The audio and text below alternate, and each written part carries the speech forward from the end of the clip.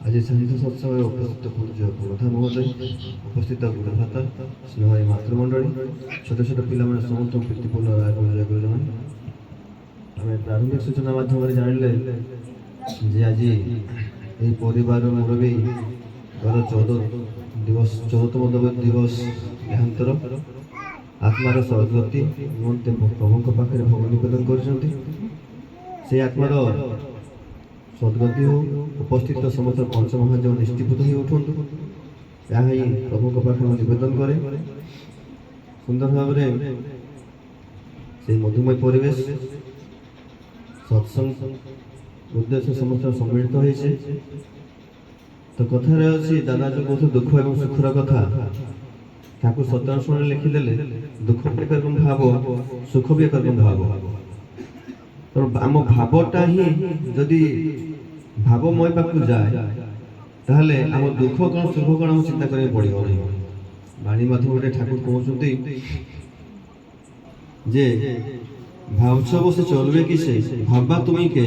भावछेन जेने भावेन तेने तुमी भाबो ताके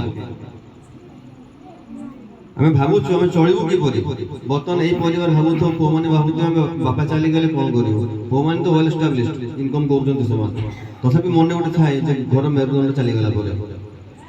भावछ बसे चलबे किसे भाबा तुमी के भाबछेन जेने भावेन तेने भाबो तुमी ताके ठाकुर बाणी देथिले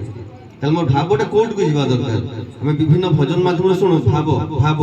जे मोर भावटा कोन मत अनुभव करे पड़िबो जे जो परिवार ठाकुर को आश्रित नित्य इष्टभूति परायण 30 दिन ठीक गुरु ग्रह को इष्टभूति जाउची ठाकुर को विधान पालन करूची त सही आत्मा केबे अलग दिक को जाय ना बहुत प्रमाण अछि मु गोटे दिटा कथा कहबी परम पूज्यवाद से आचार्य गोटे जगह गोटे कथार कहउचंती पिलाटीर बयस 8 टू 12 वर्ष भीतर बयस वेल एजुकेटेड पिलाटा भलो एस्टाब्लिश्ड फैमिली से 8 मास हला कोमारे अछि बापा मां को पैसा अछि चिकित्सा चले विभिन्न चिकित्सा विभिन्न प्रकार टेस्ट डॉक्टर को एभा टेस्ट करो सेटा करो बापा मां को परीक्षा पैसा अछि से टेस्ट करि चल जल्दी हठात जते बड़ असह्य हेछि 8 मास परे बापा मां को प्रार्थना आकुल निवेदन परम पिता पाखे हेछि जे प्रभु जदि से छुआ बंचिले मंगल तले ताहा ही हो जदि मरि गेले मंगल ताहा ही हो सेतरे से छुआ संतार सेंस फेरी आछि सेई दिन तो बापा मां से कथा है कि कहूची मां तो मते तापरे हां आसी के बापा मां कहूची कहले मां तू डाकलो कोन पई मु तो आश्रम रे आचार्य देव निर्देश रे आनंद बजार काम करथुली मते आचार्य देव कहले से दादा समर कथा बतन आचार्य बापा समर कथा मु तो सेठी काम करथुली आचार्य मते दायित्व देखला आनंद बजार कथा बुझिया तुम एते एभळे कोन पे निवेदन करलो मते कहले तो बापा मां काम करछन तू जा सब मन दुख रे असन तू जा मु फेरी आसी ठाकुरंगर आश्रित परिवार नित्य इष्टभूति परायण